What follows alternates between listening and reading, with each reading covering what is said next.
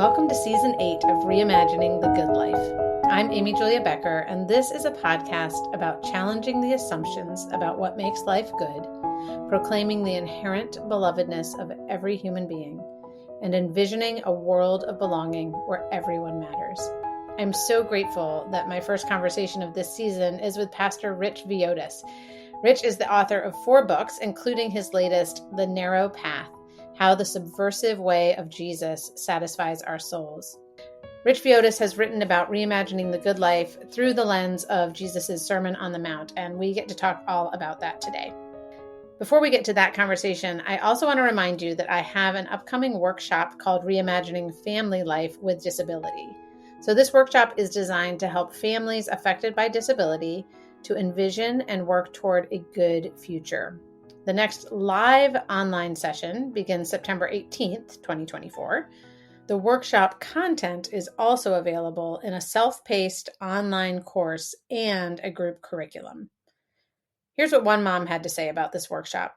This workshop has been so transformational for me and my family. I wish we had encountered this information so much earlier. It is truly reshaping how I think about disability and, more importantly, how I relate to and love my child. You are also invited to envision and work towards a good future for your family. I would love for you to register today and get 30% off with the code FAMILY24. You can find out more at amyjuliabecker.com/workshop. We will also include a link in the show notes, and please tell a friend. And now for my conversation with Rich Villodas. I'm here today with Pastor Rich Villodas. Rich, welcome back. We love having you here. Such a joy to be back, Amy Julia. Thank you so much. Absolutely.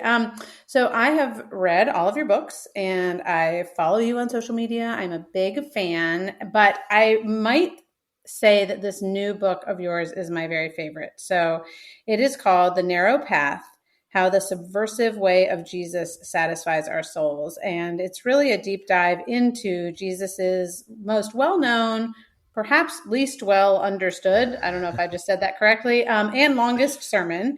And that's something we now call the Sermon on the Mount. So I wondered if we could maybe start just with like Sermon on the Mount 101, because it might be like a phrase people are familiar with, but not like a body of work that people are familiar with. So like, who was it for when Jesus preached it?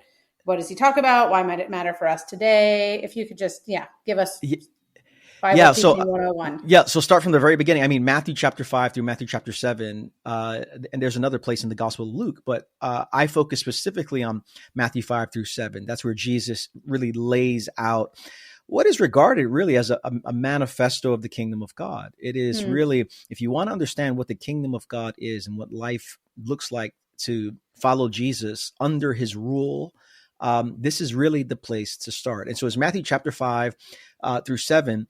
And if I can give, I don't talk about this in the book, but, after I wrote the book, I was like, it would have been nice to include this into it there. But when I think about thematically the structure of the Sermon on the Mount, Jesus takes us through a very beautiful flow of what it means to follow him. So it begins with kind of the language of authority. He sits down. The Sermon on the Mount is in many ways what the 10 Commandments was to the people of Israel in the Old Testament with Moses. In the Hebrew scriptures, Jesus is kind of deepening, not shying away from there. So there's continuity with the 10 Commandments, but he's hoping to go deeper in the 10 Commandments with his followers. And so he begins with authority. He sits on the mountain and sits down, goes up to a mountain and sits down, much like Moses did. And then after he sits down, he offers blessing with the Beatitudes. And so there's authority, and then there's blessing. And I just love that blessing comes before he commands anything. Yeah. He lets us know that, before he commands, he blesses. He doesn't bless after we have followed his commands. He blesses, then he commands. And so he blesses. And then at that point there's like a sense of presence. What are we called to be in the world? Or first of all, I would say identity. Bless, authority, blessing, identity. He says, we're salt, we're light. This is who we are. Even before these disciples have done anything, Jesus is calling them out, saying, this is who you are. You're amazing. You're salt, you're light in me. And then he goes into presence, which is what does it mean to be different in the world? You have heard it said, but I say unto you. And then he talks about practices and then promise. And so it's like we're trying to practice this way. So this is not just a believing thing. This is a practicing thing. And it leads to promises, a promise of a firm foundation in him. And so this is Jesus's introduction to life in the kingdom of God, what it means to follow him. And it's for followers of Jesus. And yet at the same time, I think it has application for people across the board in terms of what does it mean to live a good life, a life marked by fruitfulness and love. Really, this is the way of Jesus. And I think, I don't know if it was in your book or elsewhere that I learned that Gandhi read the Sermon on the Mount regularly. That it was actually, to your point, that you do not have to be a follower of Jesus. Although, I don't know, maybe Gandhi would have called himself a follower of Jesus by some definition if he was reading the Sermon on the Mount every day. I don't know. But regardless, that sense of there's some wisdom here that certainly for people who call themselves followers of Jesus is really important to attend to. And yet there's also some wisdom here that is speaking to our core humanity across many different potential dividing lines, including some religious ones, I would think. Across the board, Gandhi reading the Sermon on the Mount. He was so committed to nonviolent resistance work. And when you see Jesus talking about being peacemakers and turning the other cheek and what it means to live subversively in the world, to be subversive, that's one of the words I use in the subtitle, is to undermine kind of the prevailing notions of what success is, what power is, how people culturally define with a good life. And Jesus seems to undermine so much of that in his teachings, which is why I think Gandhi really connected, and many connect with the words of Jesus, although it's very difficult on the surface. Yeah, so I want to dig into so much of what you just said, but I thought maybe I would start here. And this might be just something that is particular to me, but what I've noticed is that there's been what seems to me like a lot of material coming out about the Sermon on the Mount in the past year. So I'm a regular listener to the Bible Project podcast, and they've been doing like a deep dive, like 8 months so far on these three chapters from Matthew. So they've been doing the Sermon on the Mount. There was a book that came out last spring by someone who I had on this podcast called Blessed Are the Rest of Us by Micah Boyette.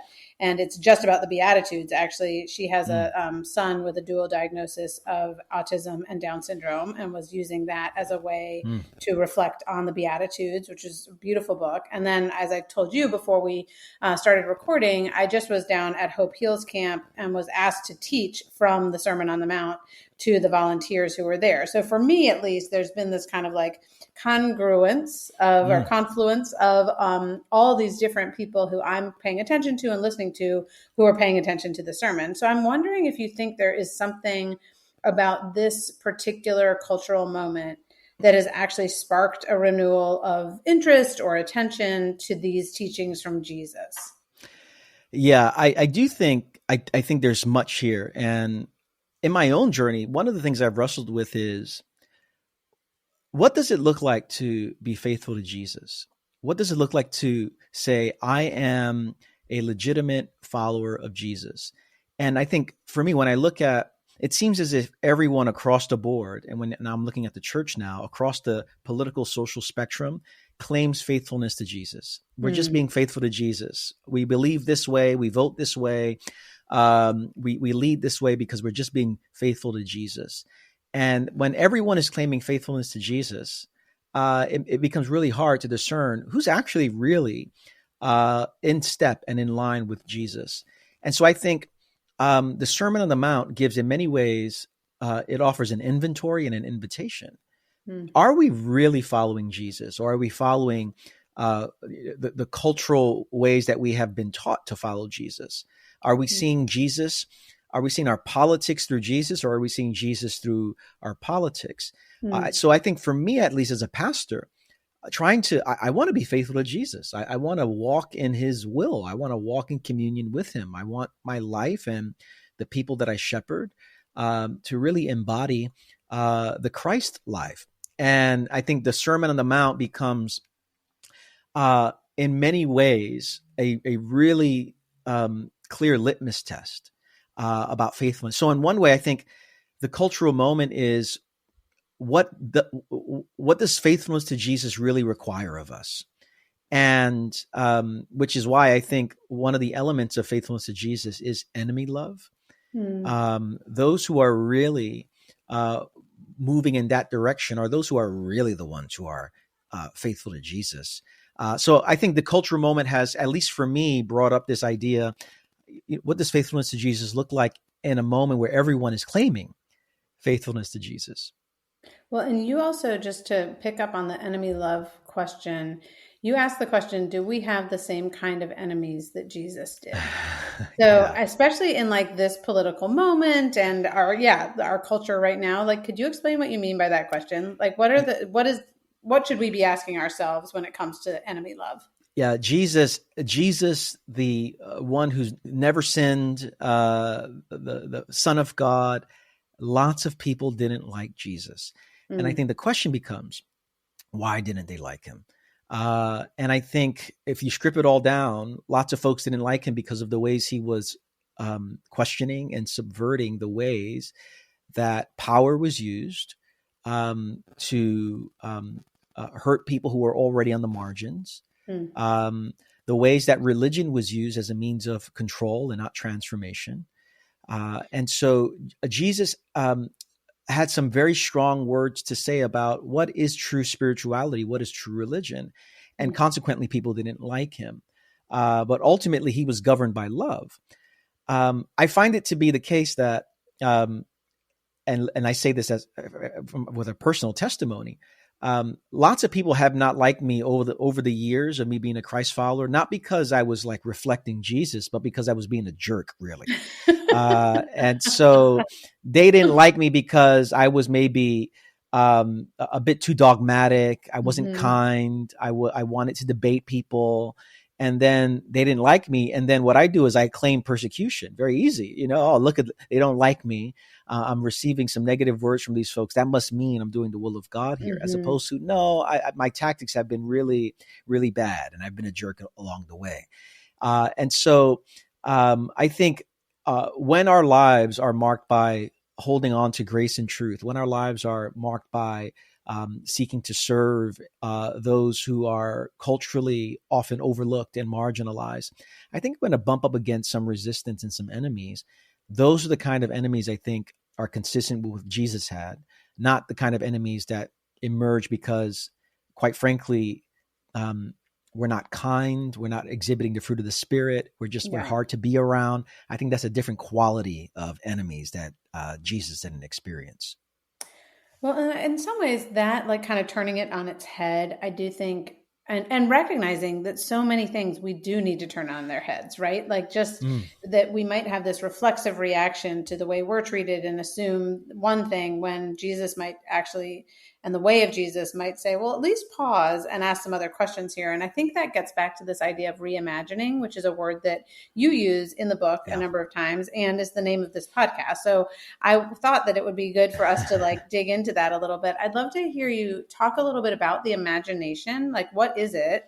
And then how do we reimagine things? Like, what's the role of the imagination in the spiritual life, especially? And what does it mean, to reimagine? How does Jesus prompt us to do that? Oh, I love that. I mean, when I think about imagination, I think about possibility. I happen to be, I don't know how people respond to this stuff, but I tend to be a crazy Disney follower these days. Part of it is because my wife is a travel agent with Disney. So we've been to Disney parks a lot. Yeah. There's one place I go to in one of the parks, Hollywood Studios, where it's this whole big exhibit for Walt Disney about imagination. And I usually just go there for my own inspiration around creativity, around innovation. But I think creativity and innovation is really about possibility. What is possible? And I think what Jesus is offering us is a different kind of imagination of what is possible in the world. What is possible from the perspective of love? What is possible from the perspective of peace and joy and satisfaction and wholeness? And so I think the reimagination that's needed is how do we get there? What's the pathway to getting to the kind of life that we really want, which is why I think so much of what Jesus does in the Sermon on the Mount is he's trying to, in many ways, critique the prevailing notions of how we have understood what the good life is, and then helping us to reimagine what it could be, which is why there's just like, there's this refrain in the Sermon on the Mount. He says about 4 or 5 times, you have heard it said, but I say unto you. You've heard it said, this is the way to a good life. This is a way to a life that pleases God. This is a way to a life that's really marked by love. But I tell you, which is another way of saying, I want to give you a fresh take, a new imagination to what is possible. And so I think that's ultimately what Jesus is doing. I haven't thought about it in that way. And I love that your podcast is Reimagining, because really what we're talking about is what is possible in the kingdom of God. But it requires us to maybe critique the prevailing notions of what has governed and directed our lives up to this point. Yeah, and maybe this is a good time to ask about, I really appreciated, you said that there are kind of 3 ways of being in the world that Jesus is critiquing, I think, to use this language, and that he's inviting us to a different way. And then you name that he rejects, but moralism, successism, and individualism. Yeah. So maybe you could talk about what those 3 things are: moralism, successism, individualism, and then what's wrong with them and what Jesus is essentially calling us to reimagine around those. Yeah. You know, when I was thinking about writing the book, I was trying to at least trying to frame some of the problems that Jesus is trying to speak against. And it came to me with those 3 words after some significant wrestling, looking at big kind of themes in the Sermon on the Mount. By moralism, I use that word because I think so much of the Sermon on the Mount, Jesus is addressing people who have lived good moral lives. And they have built a religion or spirituality or identity around living good moral lives. And so, for example, when Jesus says, you have heard it said, don't commit murder. Let's be honest, not committing murder is a pretty low bar for like spiritual maturity. It's like at the end of the day, if I didn't kill someone and I'm feeling really good about that, that's a really low bar of a spiritual maturity. And so Jesus is trying to help his followers and those who are listening to him not live with a kind of surface spirituality that focuses on just our behavior, but he's really getting at heart transformation. And so the moralism is really such an emphasis on the externals, where there is no thought given to the internals that we're carrying. Secondly, the successism, and that term, I actually nuanced that from a New Testament theologian named Dale Bruner, who wrote a remarkable commentary on the Gospel of Matthew. And successism is it's the ways that we define, describe, or try to live into what is the good life. And what Jesus does is he says, the ways that we have thought about success, the ways that we have thought about what makes for a good, happy, flourishing life is actually different in the kingdom of God. And so he begins with the Beatitudes. Blessed are those who are poor in spirit. Blessed are those who mourn. Blessed are those who are pure in heart, which is, and that word blessed is, some translations, happy, fortunate. He's saying this is actually the kind of life that leads to the kind of fruitfulness that you want. And then individualism, it feels so on the nose to say it, but the kind of spirituality that Jesus is leading his disciples into is one that connects love of God for love of neighbor. And in some ways, it feels like that's just so Christianity 101. But when I look at the world and I see what's happening in different parts of the world with those who are suffering, and the ways that it's very easy for Christians to separate love of God for love of neighbor, I think Jesus refuses to let us get off the hook there and says, no, if you're going to, proof of your love for God is love for neighbor. And I think that's what he's trying to tease out in the Sermon on the Mount. And so, successism, moralism, individualism, I think are 3 important categories that Jesus is getting at here. And do you have like an overarching word, and that you may have already given it to us, but for Jesus's way of being, like if it's not moralism, successism, individualism, is there anything that kind of summarizes his way of being? If I can take those categories, I think what Jesus is getting at, number one, is a beneath the surface spirituality Mm, um, that um, that connects love of God and love of neighbor, yeah. um, uh, which leads to really the kind of true fruitfulness. So I think the successism, I think the better word for that is fruitfulness. Hmm. Like what is a life that bears fruit as Yeah. opposed to what is a life that looks successful? And in the Hmm. kingdom of God, in one word is really paradox, or it doesn't make sense. The kind of life that Jesus calls us into doesn't make sense from the world's perspective. And Yeah. so success looks like mourning, and success looks like poor in spirit, and success looks like Hmm. purity of heart. That doesn't seem successful. But I think it is this kind of paradoxical, subterranean way of connecting love of God and love of neighbor. That's the invitation I think that Jesus calls us to.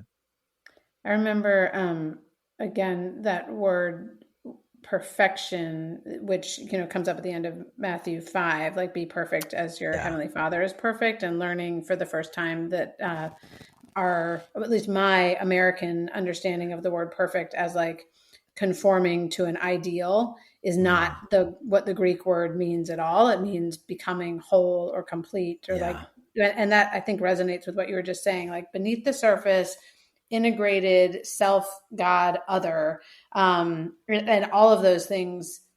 I guess when we are pursuing from an individualistic, I just have to make sure that I'm right and good, whether Yeah. that's right and good being successful or right and good being moral. Ironically, paradoxically, maybe that is what can actually draw us away from that integrated life with Hmm. ourselves, with God, and with our neighbors. And Jesus is like calling us back. And it does seem kind of ironic. And you write about lament, and you write about humility, and you write about hiddenness, all of these, and interior Mm. examination. This is a quote: behavior modification without interior examination leads to spiritual desolation. But just that sense of like, if we're not going inward at all, then we can't go outward in a way that is actually fruitful. Yeah. Yeah. And we end up in this like empty, desolate place as well. Yeah, it reminds me of Pete Scazzaro, my predecessor at New Life. He said he has this one thing about a sign of unhealthy spirituality, and he says that we use God to run from God.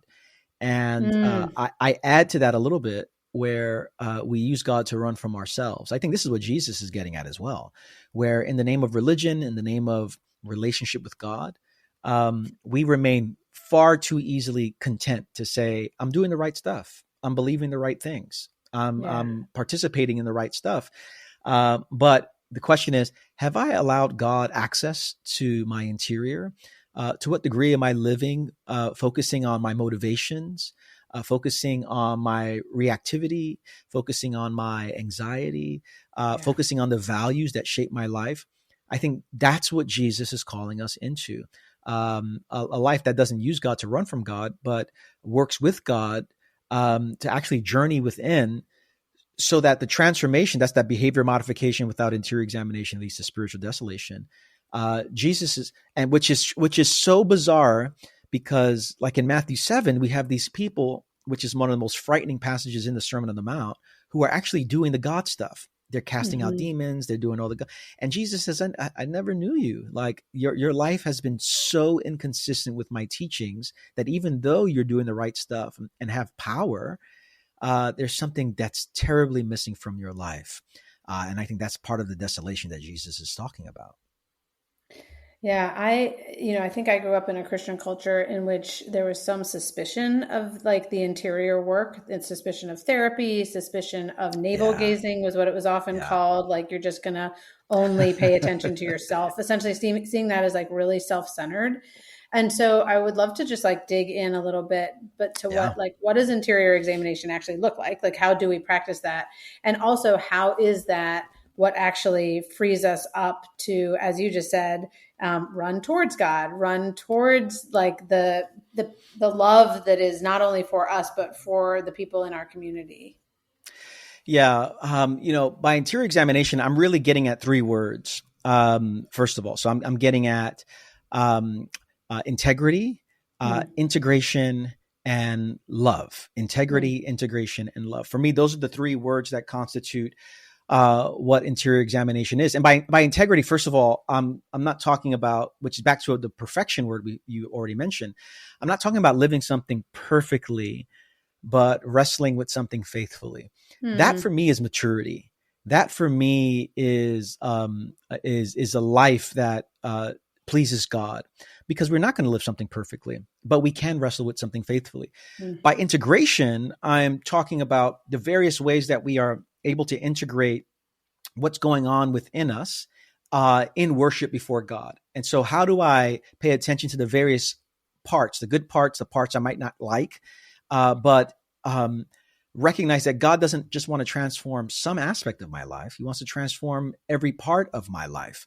And then the fruit of that is not navel gazing. The fruit of that is actually love. That's the goal of interior examination. That's the goal of emotional health in this way. And so, again, if following Jesus is simply about following the rules and doing the stuff on the outside, I think we're going to miss out on some significant areas of transformation that Jesus really longs for us to have. But for me, interior examination is about integrity, integration, love. I mean, if I could offer just a clearer definition, interior examination is a commitment to navigating one's interior world in the presence of God for the purpose of love. And it's an act of really discerning God's will through our feelings, through our emotions, through our personal histories. That's interior examination. And I think by and large, that's the kind of life that Jesus invites us into. I love that. And at least to me, that's really attractive. I was thinking though about like the title of your book, because when I don't know if this is an American thing or a contemporary thing, but the idea of like a narrowness, like we don't like, so your book is called The Narrow Path, and it comes from a section towards the end of the Sermon on the Mount when Jesus says like the broad way is a bad way, right? You're going to get in trouble on that one. So, choose and find, like seek the narrow path and walk on it, and it will bring you life. So it seems like that's a hard teaching. And there are other teachings in the Sermon on the Mount that are a little more like palatable. Like we've got the Lord's Prayer, you've got the Golden Rule, the Beatitudes, and so I'm curious why you chose that as your title, because you had some other things you could have, worked from. And then also you talk about it essentially being what I took away was a narrow path to a spacious place. Could you talk about that? Like, so why did you choose that title and that kind of image as a guiding image for the book, but also in what way does that narrow path lead us to a spacious place?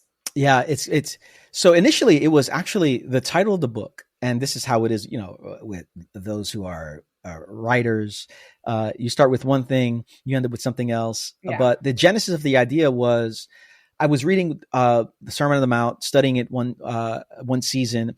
I've been doing this for a long time. My grandfather, when I was 19, I became a Christ follower and was discipled by him for 8 months, 4 to 5 days a week for 2 to 3 hours each time. Wow. And one of the assignments he had me do was to live in the Sermon on the Mount over those 8 months before he passed away and memorize Psalms. So I've been living in the Sermon on the Mount for a long time. It was a couple of years ago, I was reading Narrow Path or The Narrow Way. And the phrase that came to mind was it's narrow, but it leads to a spacious life. So the original title was Narrow Path, Spacious Life. Okay. That was the original title of it, because for me, it harkens to the paradoxical nature of following Jesus. If you want to be first, you have to be last. If you want to be greatest, you have to be the least. If you want spaciousness, you have to go the narrow way. Yeah. So for me, this is consistent with that kind of the paradoxical teaching of Jesus. And I chose narrow because, it can come across as closed-minded in our American culture, as in or out, this or that, very exclusive. But it hit me that when Jesus is talking about the narrow path, number one, he's not talking about going to heaven when you die. The primary emphasis of it is life in the kingdom of God here and now. Yeah. And when I discovered that, wait a minute, that might mean that there are lots of Christians who are claiming to be followers of Jesus, but they're not living according to what he teaches in the Sermon on the Mount. So the broad way is not simply bad sinners out there. The broad way is also Christians who are living in this way, or Christians who might call themselves Christians, Right. but not following Jesus. And then there was an image about 2 years ago. I mean, it was from Harry Potter. So I begin the book talking about Harry Potter, and I've read all the books. I've listened to it. And depending on who you talk to today, to mention Harry Potter, and the author of Harry Potter is right. You might get in trouble for all sorts of reasons. All sorts of reasons. 10 years ago, I got in trouble for one sort of reason. Now I'm getting in trouble for other reasons now. Yep. But the image remains that in one of the Goblet of Fire, one of the novels there, one of the books, there's this narrow tent that Harry walks in through, but because the tent had been like charmed, when you go inside the tent, it's like a spacious 2-story loft, and there's like bedrooms and kitchen and everything. From the outside, it looks really narrow. When you get on the inside, it's really spacious. And I remember reading that and then watching the movie and going, and because I was reading the Sermon on the Mount, it just connected for me. Like, oh yeah, that's the life of Jesus. Like to follow Jesus on the outside looks restrictive and narrow, but when you get in, it leads to the kind of wholeness and spaciousness that our souls really long for. So that's kind of the genesis of the title and why I chose that word.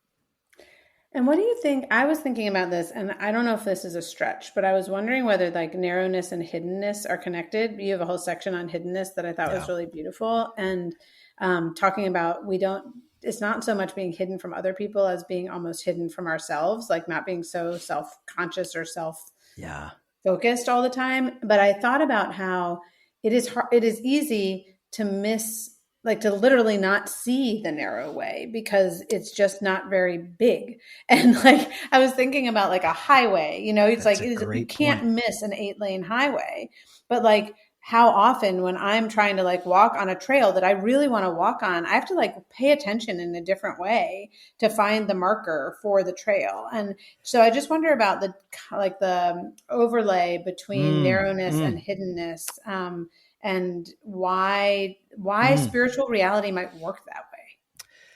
It's interesting. Where my mind first goes is, I was in Florida a couple of weeks ago and saw a sign and that said, path narrow, slow down.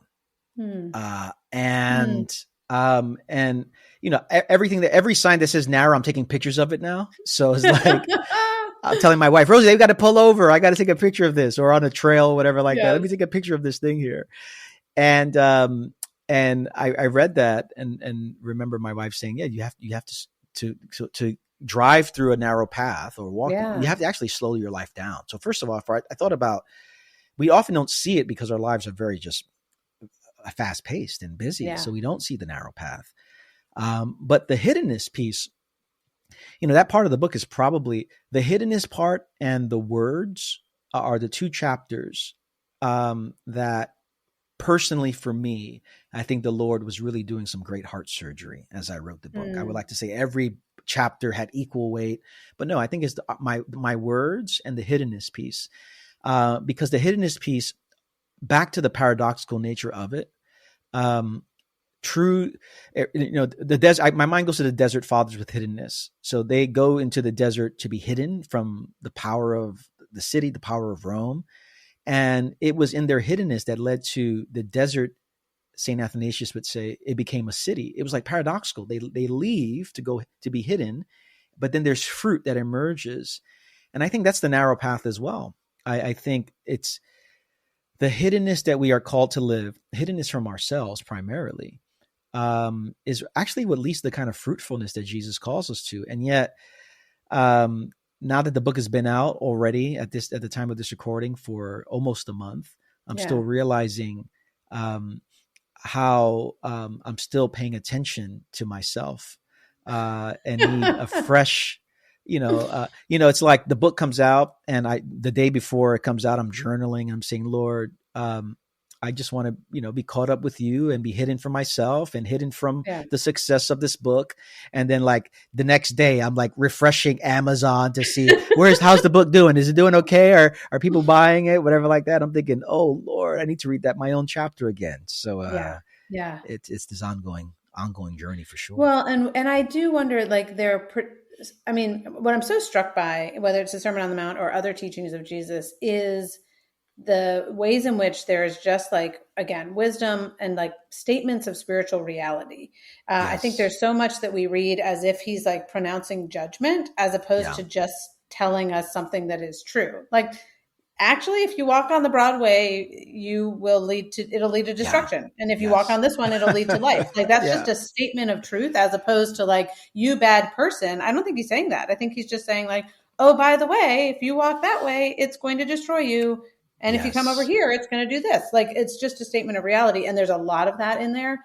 But I Mm. do think that teaching what you were just saying about hiddenness, slowness, and again, the idea of going on the narrow path in a world where it seems to me that we used to have fewer choices and less money, like literally as a culture, like it was harder to avail ourselves of, and we didn't have like these devices that literally were trained on us all the time, right? Yes. Like Yes. we used to use a map where we were not in the center of it. Whereas now it's like our car, I mean, literally, I don't even know what way is north anymore because my maps tell me that where I'm That's a going is great the way to point. be going, right? Like everything is oriented around me. And so it just Mm. seems like practicing that hiddenness, slowness, stillness, smallness, all those things is both harder than it ever has been and more important for our souls. Absolutely right. I mean, I find um, the pace, and I live in New York City, so I mean, there's the city that never sleeps, and yet I have Yeah. discovered increasingly through social media, I think through the vast technological advances that we find ourselves in. Absolutely, it's so hard to slow down our lives, and to the someone emailed me this morning what is it, the choice fatigue or decision Oh fatigue yeah, along the decision like fatigue. there's so many options before me. What does it mean to narrow down? Which is why in the Beatitudes Jesus talks about blessed are those who are pure in heart, which Soren Kierkegaard would say. He's talking about singularity of heart there. He's not talking about, have your eyes watch something that's inappropriate. He's really talking about singularity of heart. And that's what purity of heart, and that's what the narrow path is. To what degree is my life oriented around the presence of God and the teachings of Jesus?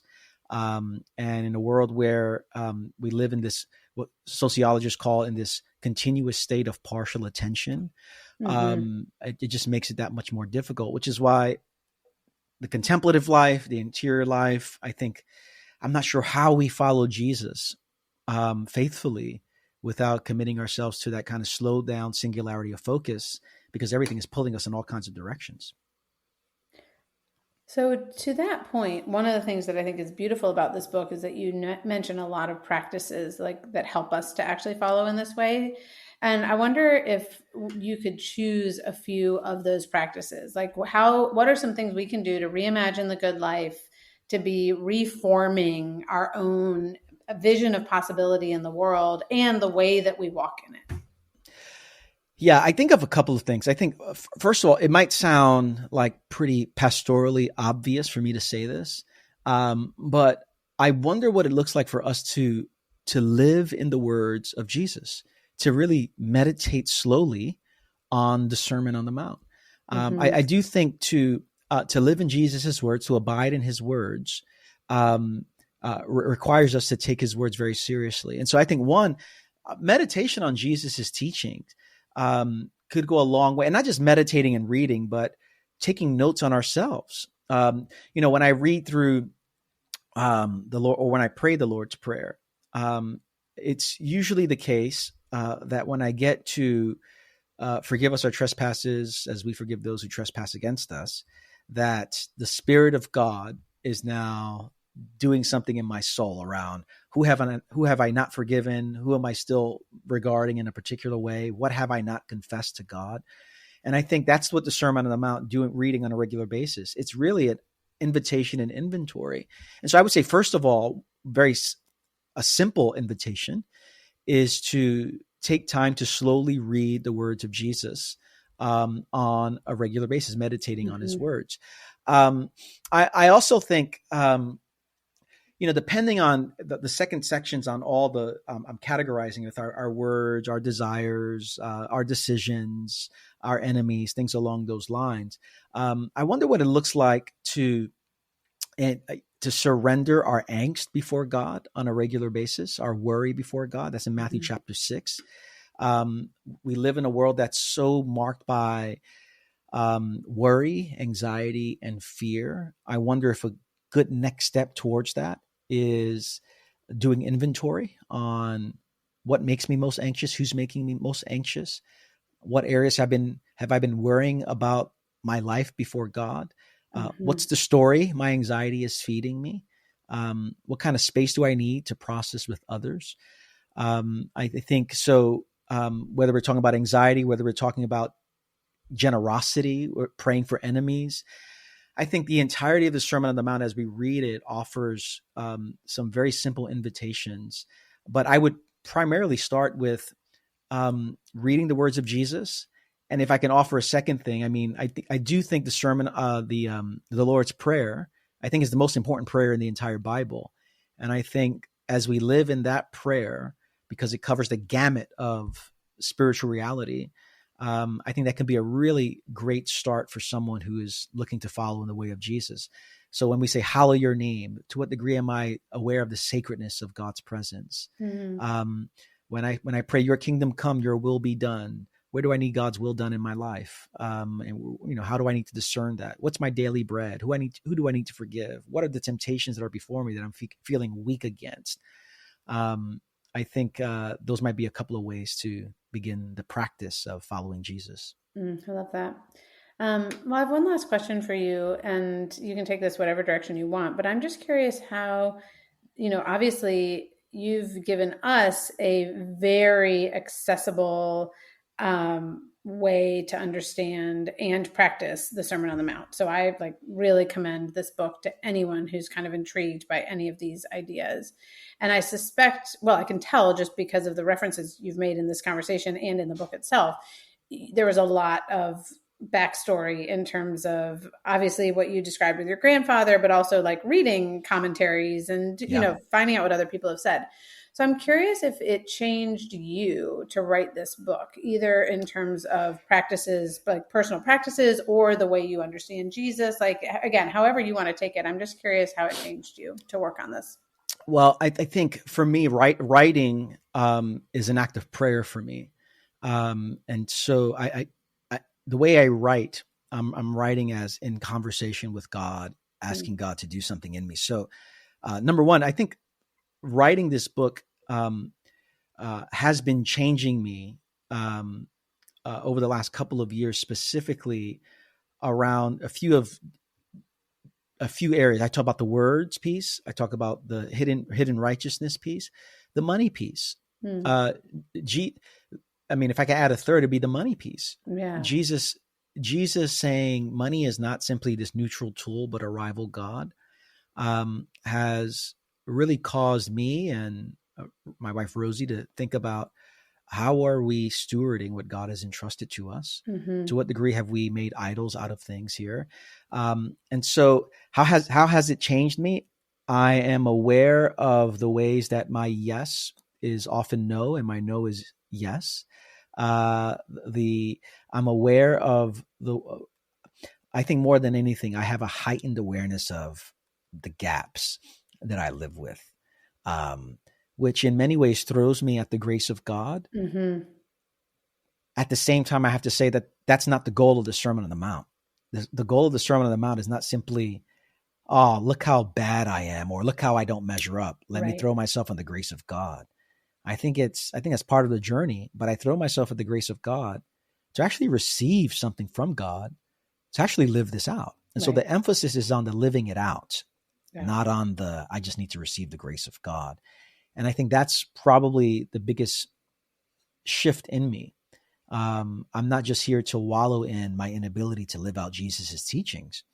I'm here to throw myself at the grace of God, so that I could embody these teachings in the very real world I inhabit, beginning with my relationship with my children, my wife, those nearest to me. And so I'm still living in the sermon. I'm still living in these words after I've written on them. My grandfather gave me a really great foundation around abiding in the words of Jesus. And so that's what I, continue to try to do. Yeah, I so appreciate that because it's a both and, right? Like we want to know that we getting it all right is by no means what God is requiring of us. And if we tried that, we will fail.